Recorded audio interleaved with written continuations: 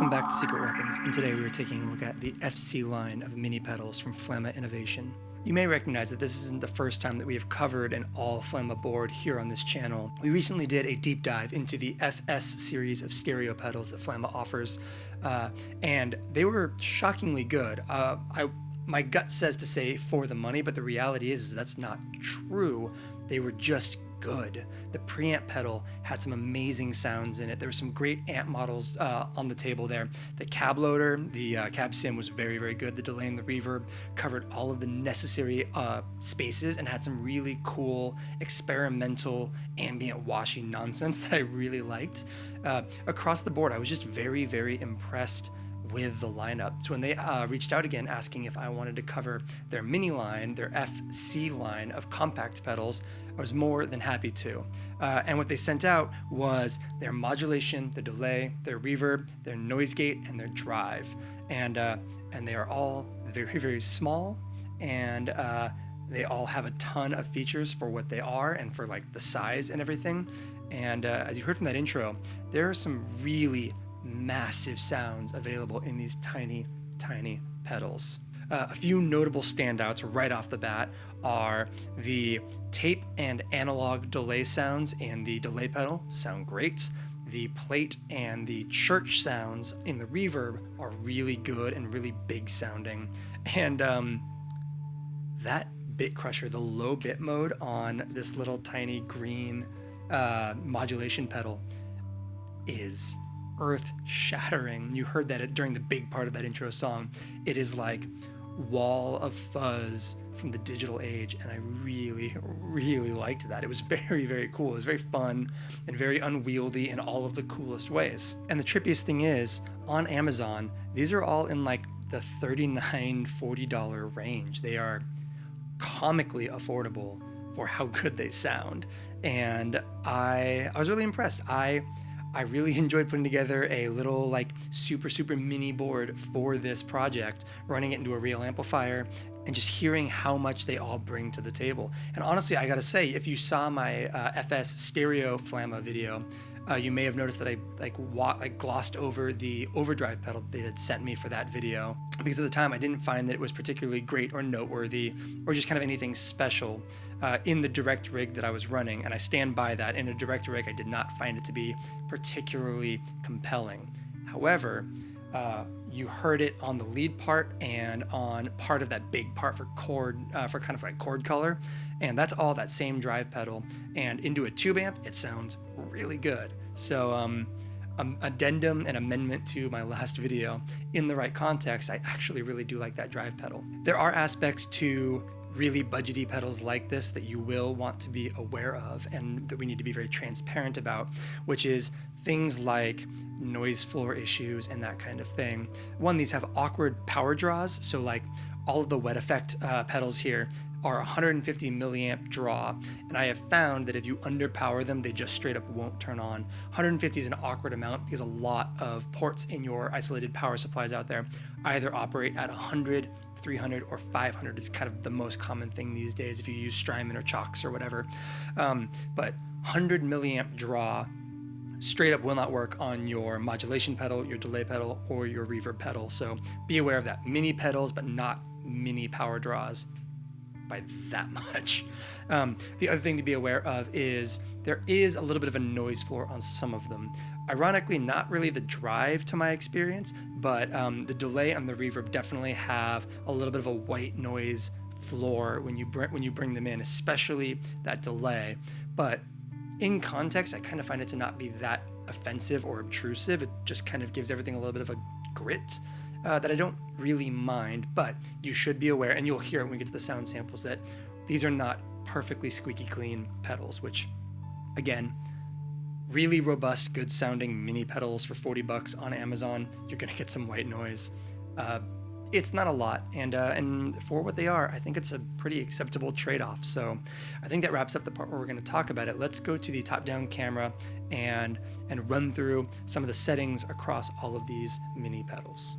Okay, so let's talk through our signal chain really quick, and then we'll start digging into some sound samples. I am playing a Harmony Silhouette with mini humbuckers into the gate, drive, mod, delay, and reverb mini pedals by FLAMMA, we are going into a Harmony H620 amplifier, which is being run into the Boss WAZA tube amp expander load box, set up with own hammer IRs for direct recording. Without any of the pedals, here is what that sounds like.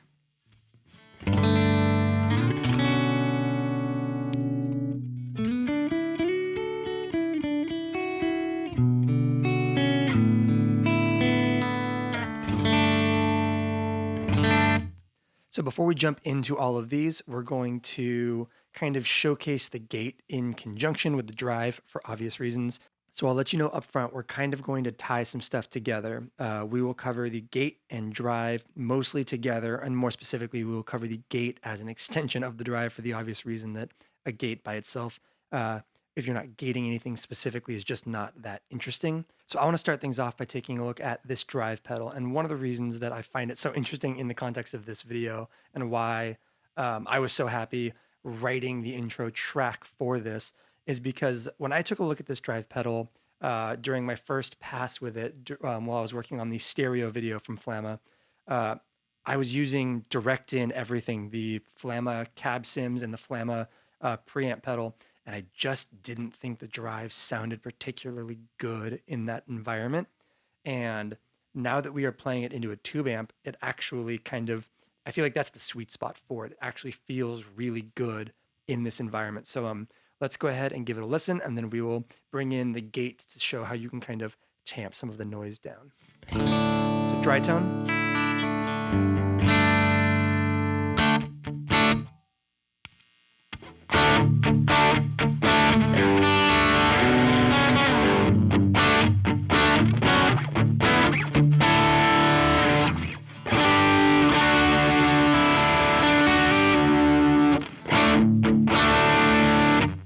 So right off the bat, the warm setting sounds really good.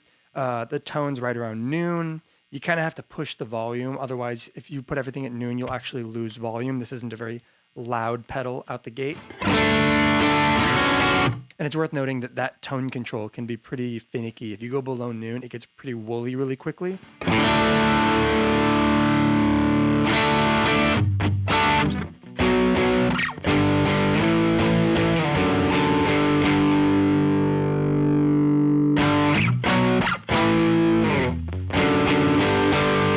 But it feels pretty good, pretty much anywhere from noon to around 3 o'clock. Like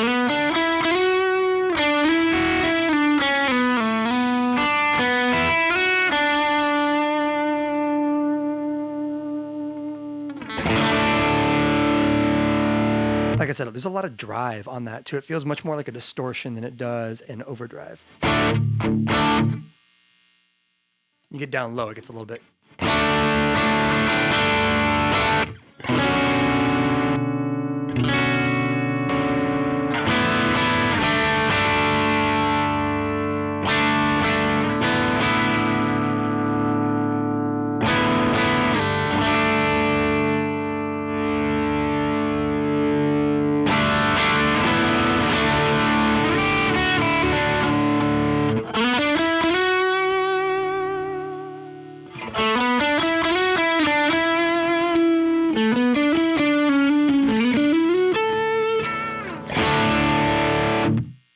And you hear that buzz that comes in because we're on a bridge position, running a distortion like that. Let's bring in the gate. Gate, I don't really use gates because I don't really run a lot of like super high gain stuff, and I've put a lot of work into trying to get like my studio pretty quiet. But when you need it, having it is pretty useful. And the soft mode on this thing, when you get the threshold dialed in, is actually pretty responsive and fairly organic sounding. So obviously we have our gate on right now.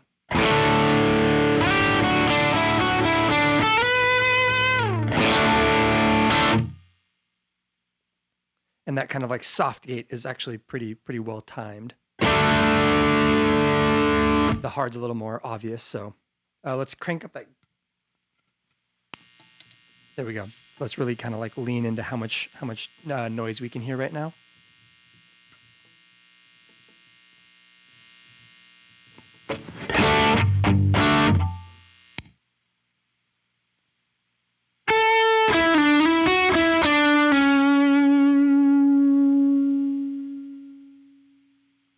That's not bad. I mean, it's a gate. It does what a gate should do, and that's kind of all you can ask of it. Okay, let's jump into this mod pedal.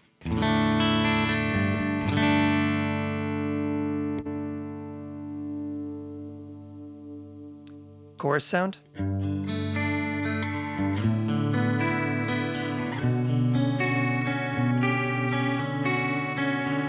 So I don't know how many of these sounds on this mod pedal are ported pretty much straight across, but in mono from the big modulation pedal. But I will say this sounds very similar in that very classic 80s chorus way, and I really do like it.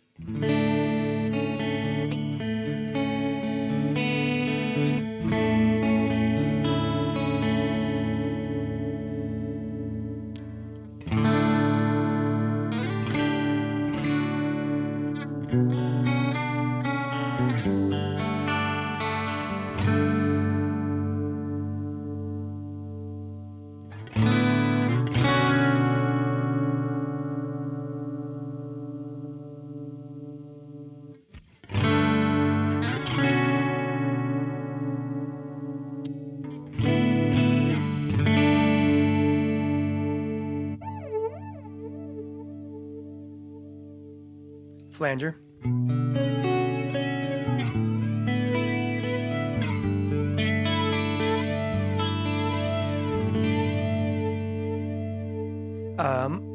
It sounds like a flanger. There's no denying that.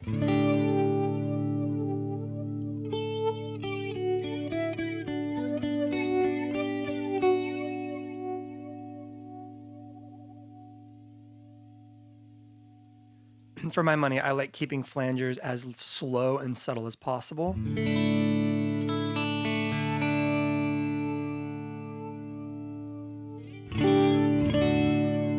I also am not a huge fan of like a very predictable sounding flanger. I like any sort of wet effect that has like a random LFO. But if you're looking for that very like, you know, whale sounding flanger thing, this'll do it.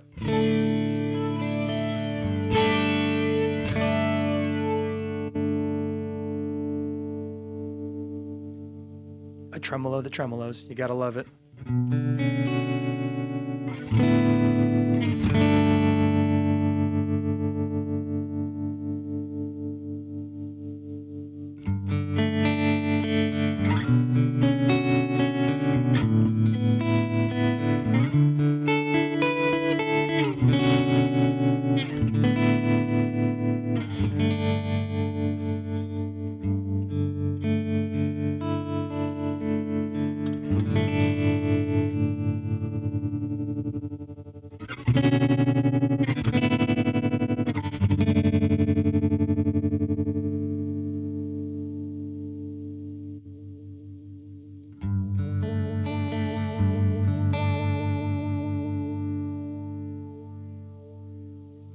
Phaser. To me, it's the same thing as the flanger. It's, you kind of want to set it as subtle as possible because I just don't like that obvious repeating thing. I find it to be a little distracting.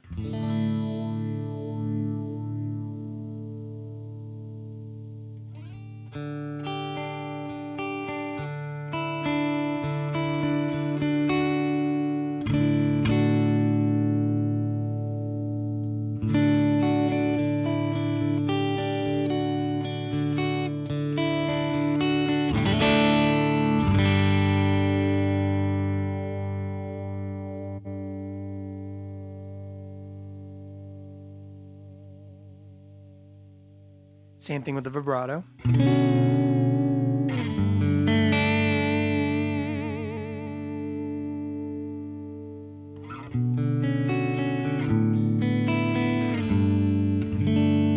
Admittedly, I'm just not a big vibrato person in general.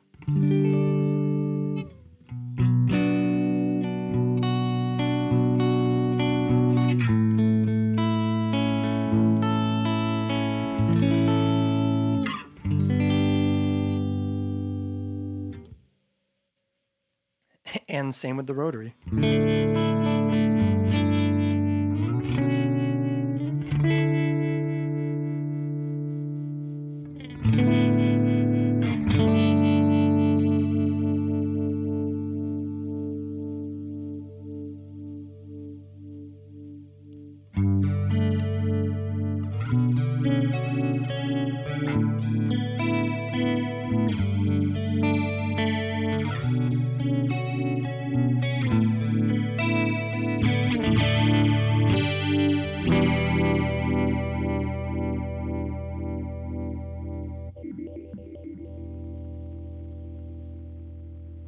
The liquid is essentially a like weird sample and holdy thing. It appears in a bunch of different engines across a lot of different FLAMMA pedals. They have a liquid, I believe, delay mode on the FS delay, the stereo delay that we covered.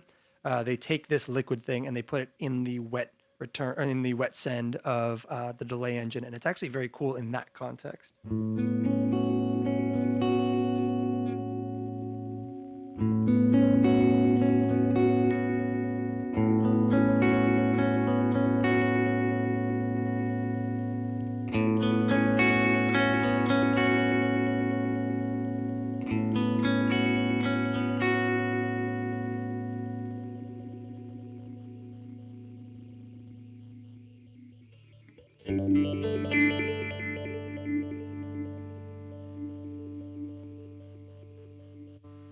It's going to be the same thing with the auto wah, for being honest.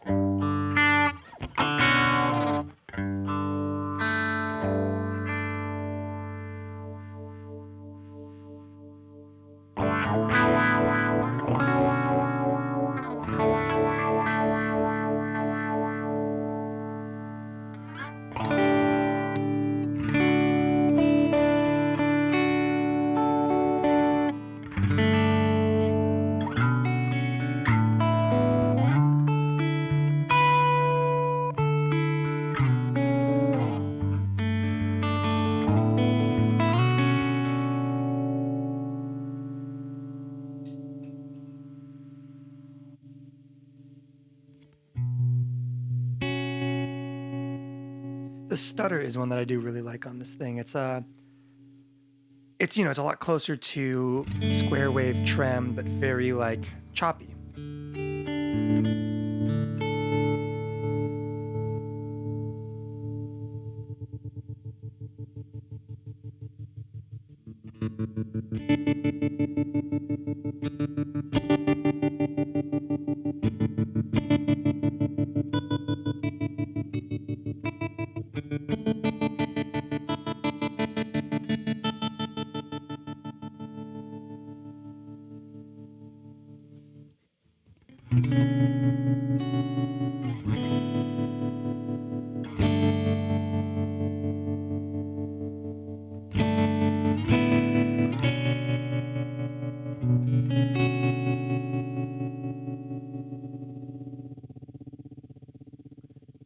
I love how like bizarrely and unnecessarily fast the repeats on a lot of these get. I guess not repeats, speed.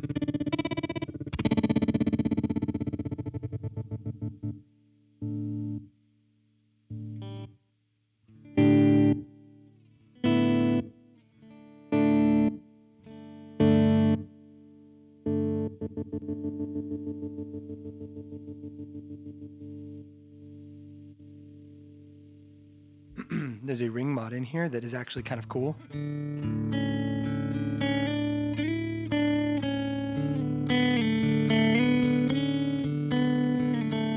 And that's really interesting because like I often find that like even like good high-end ring mods typically don't really gel with me. So the fact there's like a really good one in here is really interesting.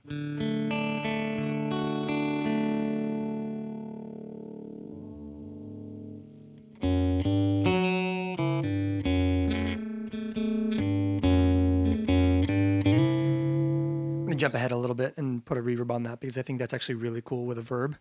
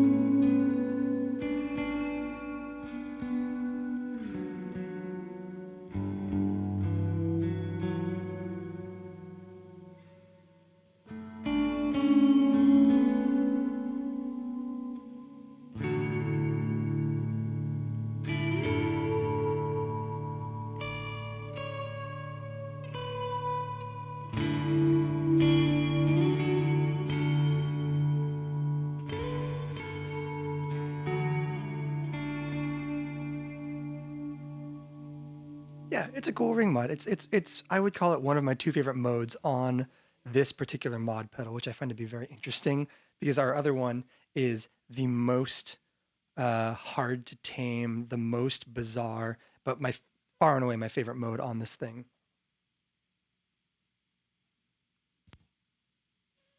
Which is this bit crusher that this thing has that is just absolutely unruly and hard to tame and is so fun.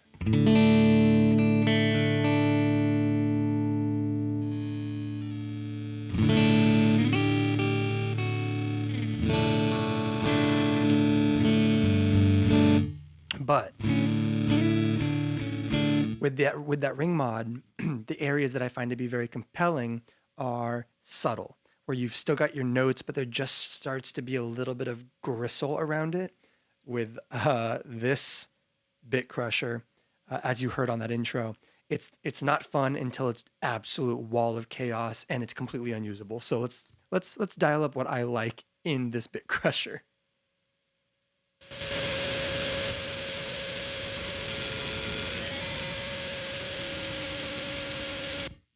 Seriously, this is the sound.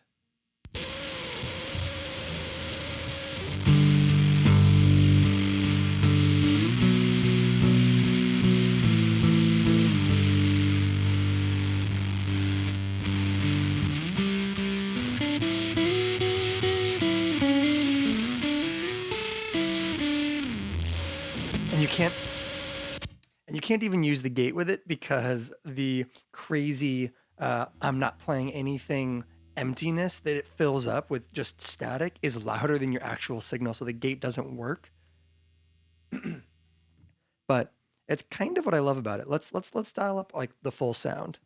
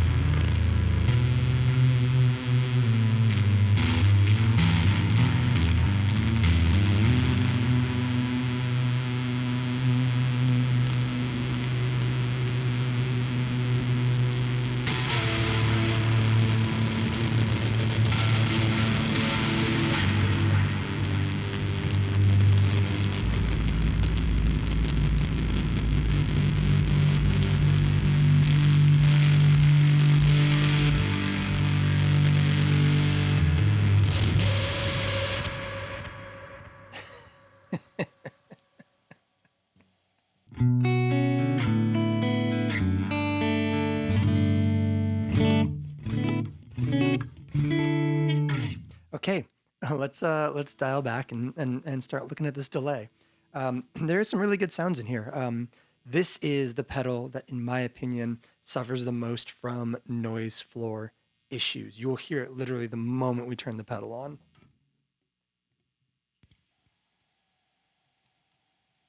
I don't know if you can hear that. There's a sound running in the background at a super low level that sounds kind of like if the feedback was running away and it's self-oscillating, but it's not. But it still sounds good.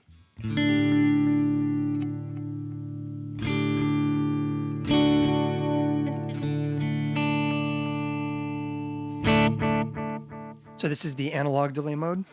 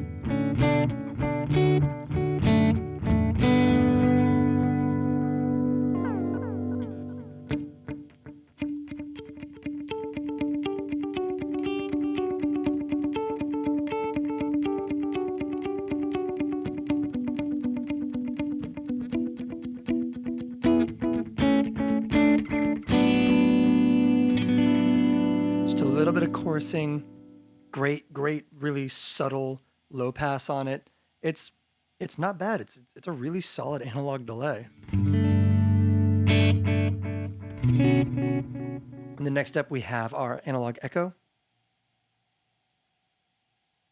And next up we have our real echo. Much darker, much more almost oil can-esque.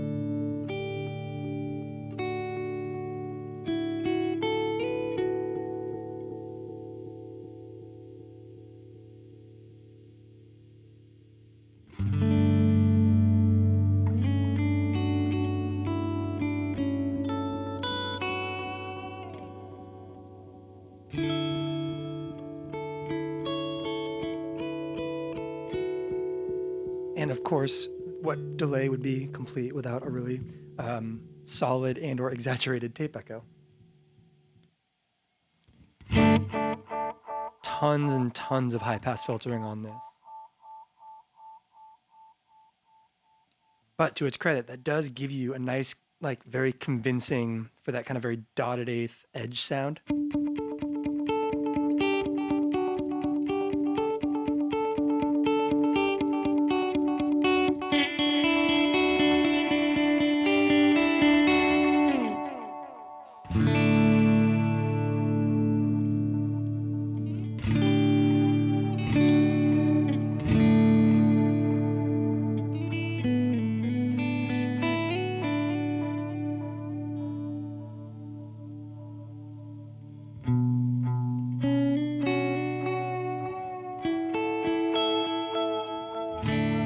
No full wet on the delay, obviously.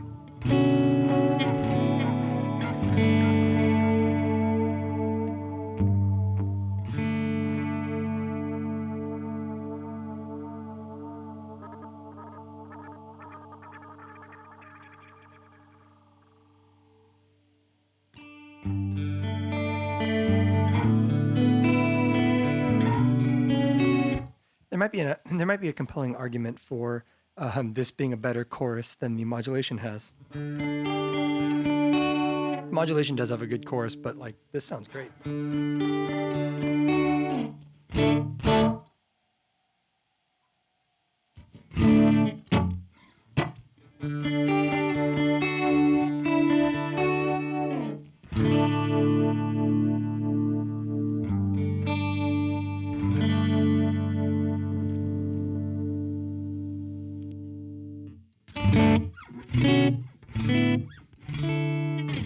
And the reverb.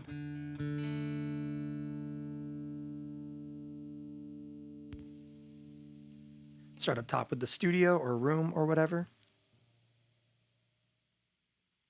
Start up top with the studio.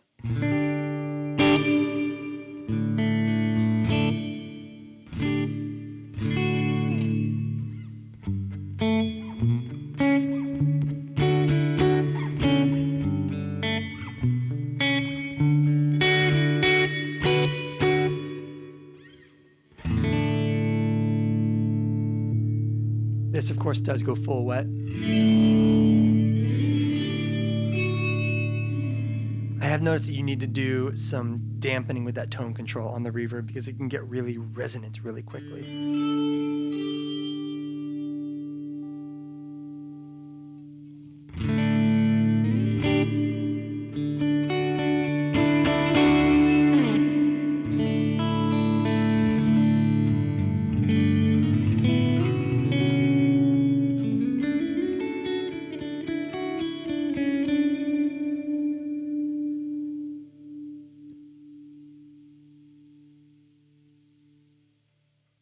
As with most reverbs, I would call the hall kind of my standout mode for it.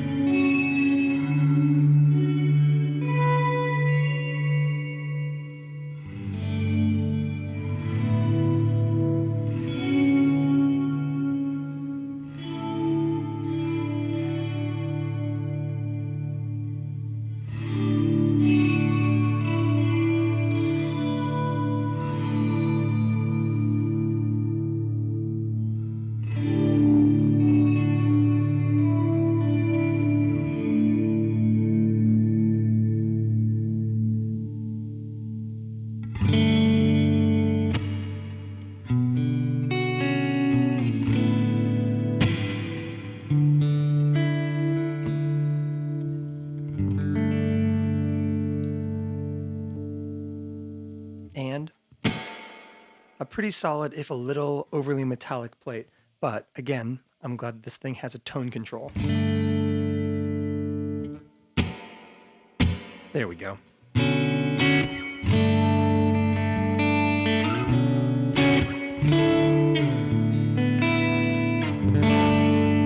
This plate does a really good job of getting kind of like dirty in a good way when you hit the front of your amp.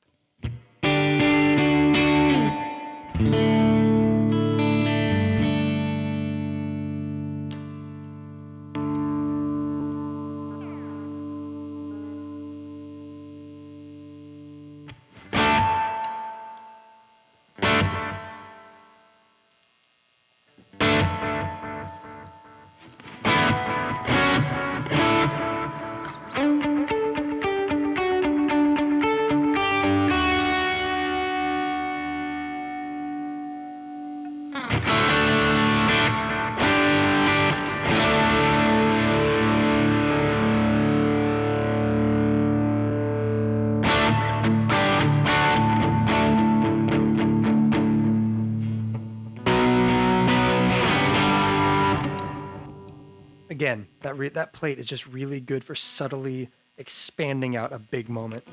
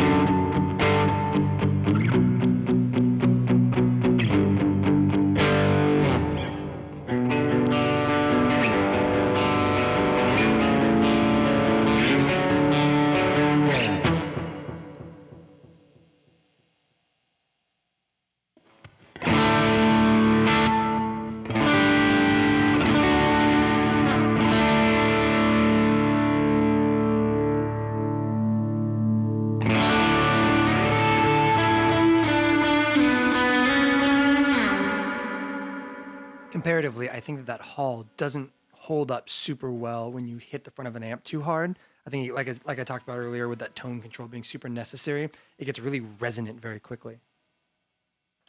So let's turn up that tone and kind of just like really... Let's turn up that tone and really hit the front of the amp a little bit harder.